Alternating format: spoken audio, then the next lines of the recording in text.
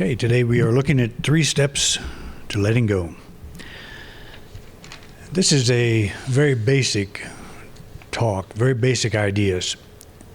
And the reason I want to talk about it is because I was pushed into doing it this week. And I always talk about something that I'm involved in. And when you find your life feels like it's out of control, either a negative or positive way, I don't know if you've noticed, but you can lose just as much sleep when you're excited as when you are fearful. When you're anticipating something good. And either way, we're kind of out of control. If we're looking forward to something and really excited about it, we just can't focus because of that. That's not much better than, I would rather do that, of course, but it's not much better than doing it in a negative way where we're laying awake at night worrying about something. So it's important for us to just ground ourselves in the basics, to come back to a very simple idea that we can apply beginning right now in our life. And the question was raised in my mind because I was remembering an encounter I had with a person some years ago. What's the difference between ignoring and letting go? I was talking to a woman that was telling me about a fairly abusive relationship she was in with a boyfriend that was always saying things to her that she took as very demeaning. And she could remember most of them. And so I said, "How are you handling that? What are you doing about it?" And she said, "Oh, I just ignore him." But apparently she didn't ignore him because she did remember what he said. And so I found this button, "I'm not deaf, I'm just ignoring you." If somebody says that, "I'm not deaf, I'm just ignoring you," you know that's an active thing that they're involved in right now. They're paying attention to you and trying to act like they're not, trying to convince you they're not, but probably every word you're saying or everything that's going on is going in. So ignoring is a kind of kicking the can down the road. We don't really ignore something that we're trying to ignore because we're aware of it. It's going on and we're focused on it to some degree. Maybe we're not pining over it. Maybe we're not losing a lot of sleep over it, but somehow it gets into us. And so that's not the same thing as letting go. We want to get to the point where we actually experience a healing when we're thinking about the thing we need to let go. And by a healing, I mean a sense of release, where we actually are different. We feel differently about the situation, about ourselves. Like as this building thing goes on, it's an event that's unfolding.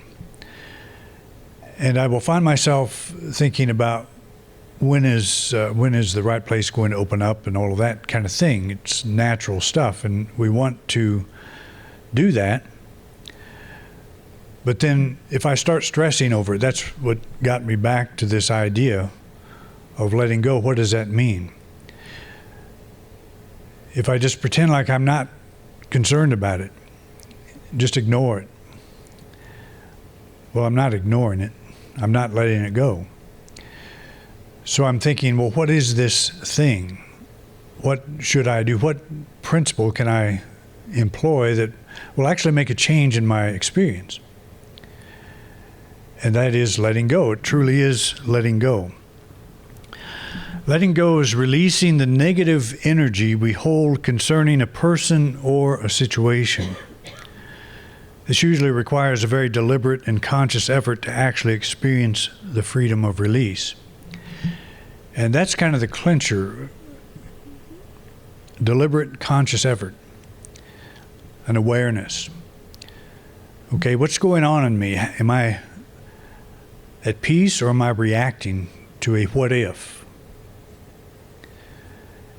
And if I'm stressing out, I'm reacting to a what if. So I talked about a couple weeks ago, I'm paddling my canoe up the stream.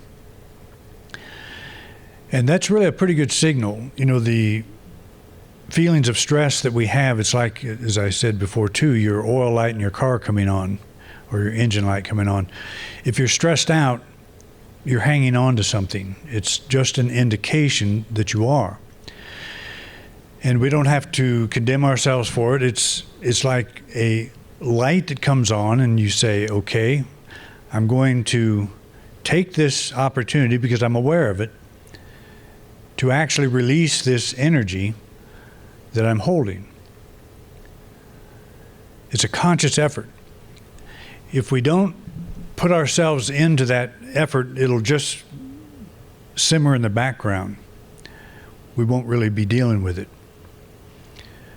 But if we get to the point where we release the negative energy, where we actually feel that something has changed as the result of our letting go, as I've said before, your prayer is answered. You know your prayer is answered by how you feel.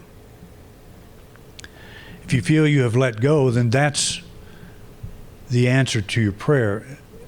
And I've talked again about what are the two things that we're normally seeking in just about everything we pray for. We're looking for peace of mind and freedom from fear. So have I achieved that? Am I at peace about this situation? Am I fearless? And if I can say yes to those two things, it doesn't really matter at this point if the thing is worked out or not. That's where we have to bring our spiritual thinking cap, I guess, put it on. Because if we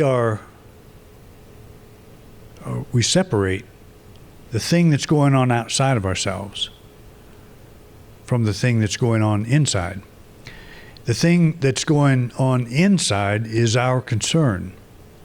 That's our primary interest in prayer. I'm worried about that thing. Part of me says, I want to resolve that thing so I can stop worrying. Is it possible to stop worrying before that thing is resolved? What world is your kingdom of? Is it of the inner kingdom or is it of the outer kingdom? And we always have to bring ourselves back to that very basic idea, but it's very effective. To become conscious of what's going on inside of us in the world of our consciousness. When Jesus said, my kingdom is not of this world, he's saying, my kingdom's not of that problematic area out there. It's my reaction to that appearance. That's the only thing I have control over. And when you think about it, it is the only thing that we have control over. If the natural flow of the creative life force is from the inside out, then it's important for us to release the negative energy of fear or resentment that we may harbor. Ignoring it is not really an option because we continue to carry the negative energy wherever we go. So think of some situation that you're involved in now that you're concerned about. And again, as I pointed out many times, the thing can be 1,000 miles away, but you're having a problem here. And why is that? You don't have to be in the presence of the thing to have a problem with it. It's because we carry it with us. It's a projection, it's thought, it's emotion. It's a what if rather than what is. What if this happens or what if it doesn't? And I'm reacting to that, and the thing doesn't even have to be close to me. You can be angry at a person that lives in another town, have the same negative reaction, just as if they're right in front of you. But where does that person live? Where does that person exist? As they say, they're living rent-free in your head. And you're having this battle with them, and they're not even there.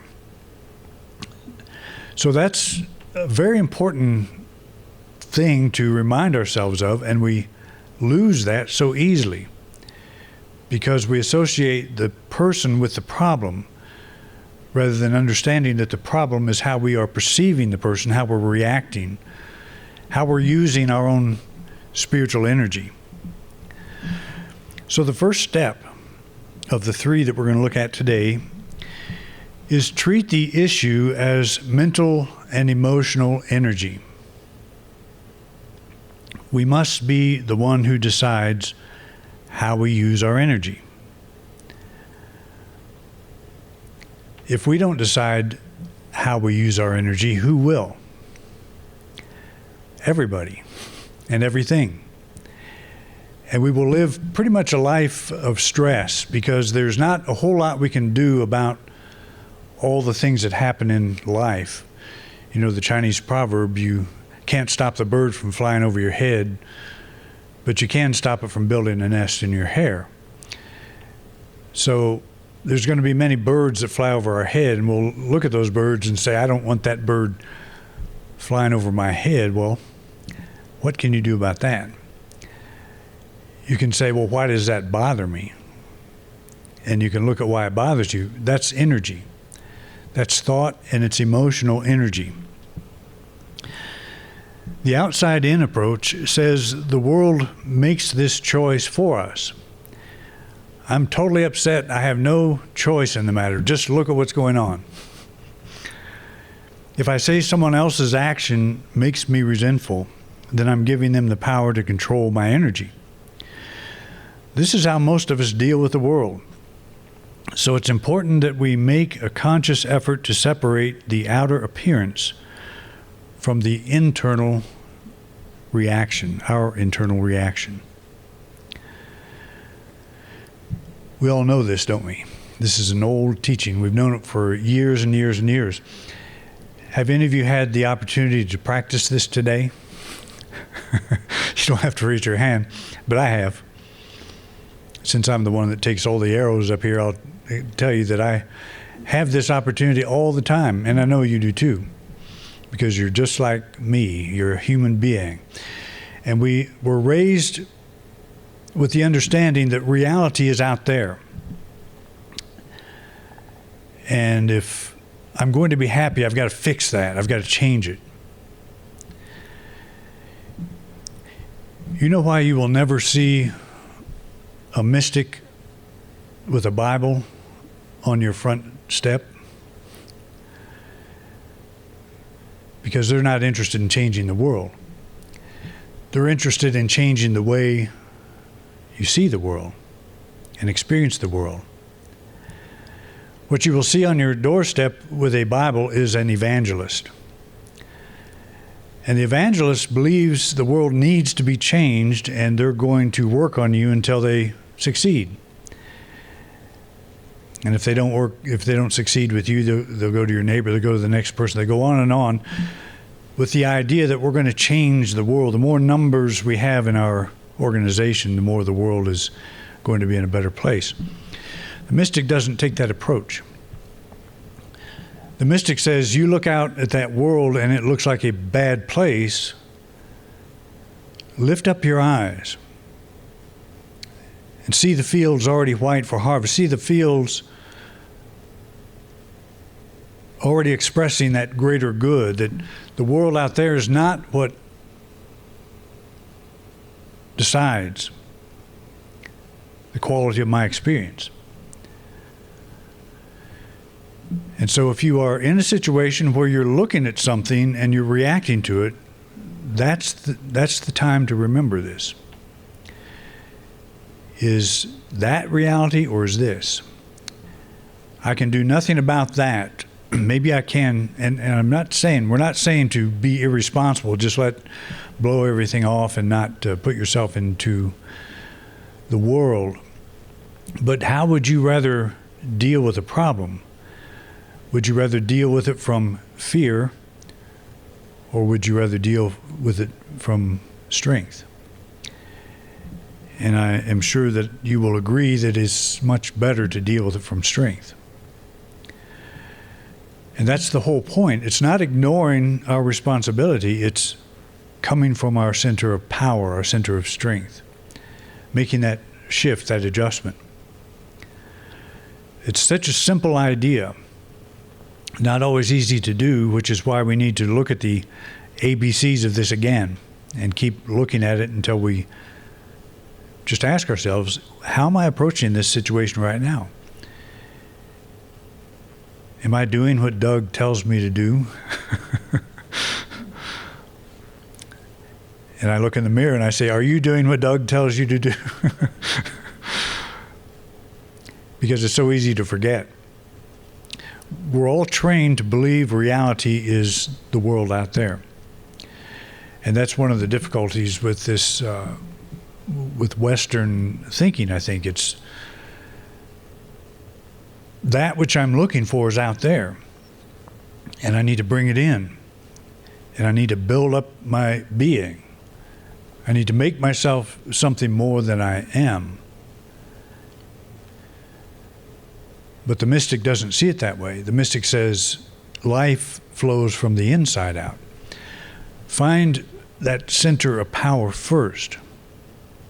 Seek first the kingdom. And see, this is where the traditional Christian doesn't understand this line, seek first the kingdom, because they say the kingdom is coming. It's out there someplace, someday. And I have to ask myself, do they still believe this? And the answer is absolutely. I went online this week and I just did a search on, is man born in sin? And you would not believe how many hits I got on that. Absolutely. We're horrible. We don't have a chance if we don't do this right. Because you're born in sin, you inherited it, and it's like you take off the guidance, you take off the acceptance of the Christian message, and you're toast, literally. So that's what we're raised in. And you'll be toast when the kingdom comes. You're not going to make it in if you don't follow the straight and narrow path. Okay, so we treat the issue as mental and emotional energy. We must be the one who decides how we use our energy. Step 2 is visualize this energy dissolving. Okay, you identify the thought and the emotion that you have about the thing. Let's forget the thing for a moment. Look at how you're responding, the thought and the emotion, the visualization. What's going on in your mind? You begin to see that as dissolving, energy dissolving. I'm not trying to change a person or condition. I'm allowing my thought and emotion about the person or condition to dissolve. This is letting go. Think of the fog on your bathroom mirror after a shower. Point your hairdryer at it, watch it disappear. You hold a similar visualization. Has anybody ever done that to their mirror in the bathroom? You see this little circle begin to open up. It's like the haze dissolves, it evaporates. Just hold a vision like that, only think of it as the image you're holding of whatever issue you're dealing with. Think of it as energy. It's yours. You can let it dissolve. You are under no obligation to continue holding something that upsets you. My peace I leave you, not as the world giveth, give I unto you, something like that. The peace the world gives is change that person's behavior, change that situation, and I'll be happy. But we're talking about dissolving that energy we're pouring into it first. Whatsoever you ask for in prayer, believe you've received it. How do you do that? You let the energy dissolve. And you know it dissolves when you change the way you feel, or you don't change the way you feel changes. You feel a sense of, I don't know how this thing's going to work out, but it is. I feel good about it. So when you feel some relief, step number 3, when you feel some relief, get up and go about your business as if the situation is resolved in your favor. Go about your business, and if you find that the situation comes back, and stop again and go through this again. It can take all of 5 minutes if you really commit yourself to it, or less. Or you can do it while you're still going through life. That's really the best thing, is not have to stop every 5 minutes. Sit down and recenter yourself. Get where you can do it on the fly. This is the fulfillment of Jesus' advice to believe you have received what you asked for in prayer. Remember, do not ignore the appearance, let it go. The power to do so is with us always. So let's do a quick recap on this. Step 1 is treat the issue as mental and emotional energy. We must be the one who decides how we use our energy. Can you get a sense for that? Just think of anything that might be upsetting to you at this moment and think, where is that happening? So we want to understand what we're doing. We want to get a sense of that, how we're using our mind. It's what we're doing right now. That's where we're focusing. Treat the issue as mental and emotional energy. We must be the one who decides how we use our energy. Visualize this energy dissolving. And as you allow this to happen, as the energy, as this visualization you have dissolves, you will feel differently. You'll feel a lightness. You'll feel something's happened. You're not focused on the outer. You are building your house on very firm rock. This is a spiritual principle. Whatever it is you want, Jesus said again if you say to this mountain, be cast into the sea, and do not doubt in your heart. That's what he's saying. Let the energy go. Make a commitment to doing that. And step number 3, when you feel some relief, get up and go about your business as if the situation is resolved in your favor. Now, what you're going to find yourself doing here, you're going to go through your life. It's going to come back. You're going to let it go. It's going to come back. You're going to let it go. It'll keep doing this. It'll do it for a while.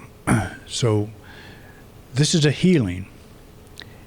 It's a new use of energy. It's a conscious effort. A reaction is really an unconscious effort. It's a reactionary thing. It's a knee-jerk thing that we all do. And we all do it. And we're not pointing fingers at anyone because we all do it. But what we want to do is take the next step and say, okay, this is what I've done. I want to change it. I want to let it go. Okay? How easy is that? Pretty easy. So apply it to wherever you are in your life. Thank you for watching this week's program. If you enjoyed this video, please share it with others. We want to reach as many people as we can, and we appreciate your help. If you'd like to help support this ministry, just click the donate card at the top right-hand corner of your screen. Your financial support means a lot to us. We have many subjects in our video lineup, so feel free to take a look. If there's a topic you don't see and would like me to address, just put it in the comment section. I'd love to know what's on your mind. To subscribe to this channel, simply click our logo. Thanks again for your interest in Independent Unity, and have a wonderful week.